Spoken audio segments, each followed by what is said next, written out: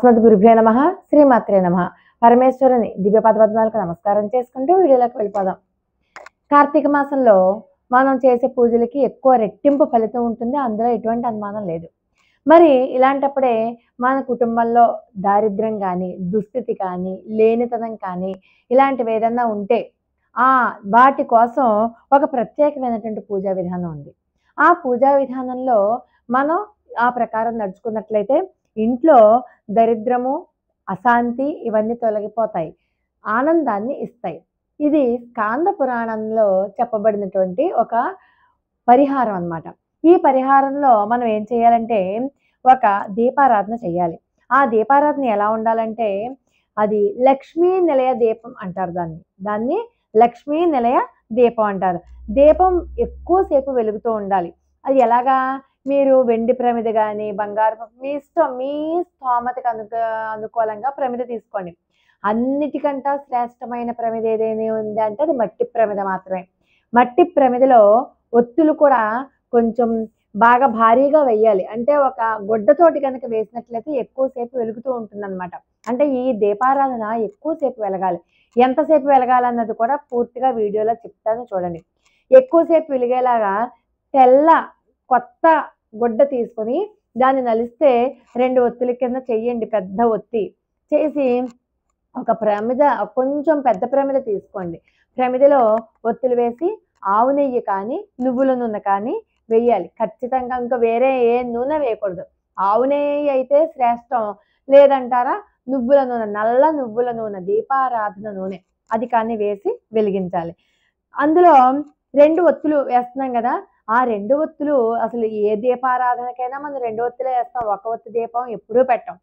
ఒకటేమో లక్ష్మీదేవి కోసం, ఒకటి వినాయకుడి కోసం అని మనం సంకల్పంలో చెప్పుకోవాలి. సంకల్పం చెప్పుకుంటే దీపం వెలిగించేటప్పుడు ఏమనుకోవాలంటే నా ఇంట్లో శాంతి, సౌఖ్యము, ఐశ్వర్యము ఉండాలి, దరిద్రం పోవాలి అంటూ మనసులోనే సంకల్పం చెప్పుకుని చేయాలన్నమాట. ఈ దీపం ఎటువైపు వెలుగుతూ ఉండాలి? తూర్పు వైపుగా కానీ, ఉత్తర వైపుగా కానీ చూస్తూ ఉండాలి దీపం. అలా చూసేలాగా దీపం పెట్టండి. దీపారాధన చేశాక చుట్టూతా మాత్రం చక్కగా తులసి దళాలు, పువ్వులు, పసుపు, కుంకుమ, అక్షతలతోటి ఆ దీపానికి అలంకరణ చేసి చిన్నపాటి పూజలాగా చెయ్యాలి. మరి ఎప్పుడు వెలిగించాలి? అదే ఈ దీపారాధనలో ఉన్నటువంటి విశేషం.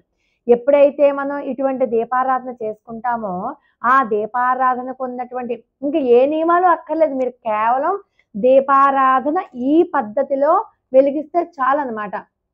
ఆ దీపారాధన కార్తీక సోమవారం కానీ, కార్తీక శుక్రవారం కానీ, పౌర్ణమి, కార్తీక పౌర్ణమి కానీ, వైశాఖ పౌర్ణమి, శ్రావణ పౌర్ణమిలలో కూడా వెలిగించవచ్చు. ముఖ్యంగా కార్తీక మాసం వచ్చింది కాబట్టి సోమవారం, శుక్రవారం, కార్తీక పౌర్ణమి, కార్తీక అమావాస్య, ఇటువంటి శుక్రవారం, ఇటువంటి రోజులలో సాయంకాలానికంటే కొంచెం ముందు అంటే ప్రదోష వేళ మీరు దీపారాధన చెయ్యాలి. సూర్యాస్తమయానికి ముందే దీపారాధన చెయ్యాలి. సూర్యాస్తమయం అవుతోంది, టైం చూసుకోండి క్యాలెండర్లో. దానికంట ముందు దీపారాధన వెలిగించాలి. వెలిగించి మీరు ఆ దీపానికి నమస్కారం చేసుకోండి. దీపం జ్యోతి పరబ్రహ్మ, దీపం జ్యోతి జనార్దన, దీపోమే హరతాం పాపం, సంధ్యాదీపం నమోస్తుతే అంటూ నమస్కారం చేసుకుని ఆ దీపానికి అక్షతలు పువ్వులతో స్వల్పంగా పూజ చేయండి. మీరు సంకల్పం చెప్పుకోండి. ఈ దీపం ద్వారా నా ఇంట్లో ఐశ్వర్యము, శాంతి, సౌభాగ్యము కలగాలని చెప్పి ప్రార్థిస్తున్నాను అంటూ దీపానికి నమస్కారం చెప్పుకోండి. అదే సంకల్పం అంటే. ఈ దీపాన్ని నందా దీపం అంటారు. నందా దీపం అంటే దీపం అఖండంగా వెలుగుతూ ఉండాలి. అఖండ దీపం వేరు, మనకి ఇన్ని రోజులని చెప్పి నవరాత్రుల సమయంలో అది వెలుగుతూ ఉంటుంది. మీరు అఖండంగా వెలిగిస్తే మరీ మంచిది. కానీ అఖండంగా వెలిగించే పరిస్థితులు మనకి అనుకూలించవు కాబట్టి అనుకూలించవచ్చు, అనుకూలించకపోవచ్చు. అలాంటప్పుడు ఈ నందా దీపం చాలా సర్వశ్రేష్టమైనటువంటి దీపం అన్నమాట. ఈ నందా దీపాన్ని సూర్యాస్తమయానికి ముందర వెలిగించాలి అని చెప్పుకున్నాం కదా. రాత్రంతా వెలుగుతూ ఉండాలి, తెల్లవారేదాకా వెలుగుతూ ఉండాలి.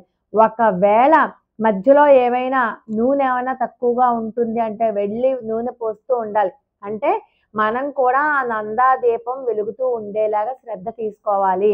ఆ నందాదీపం వెలిగేలా చూడాలి. కొండెక్కకుండా చూసుకోవాలి. జాగ్రత్తగా సూర్యాస్తమయ సమయానికి ముందు నుంచి ఆ తెల్లవారేదాకా రాత్రంతా కూడా వెలుగుతూ ఉంటే అది అఖండమైనటువంటి ఐశ్వర్యం వస్తుంది.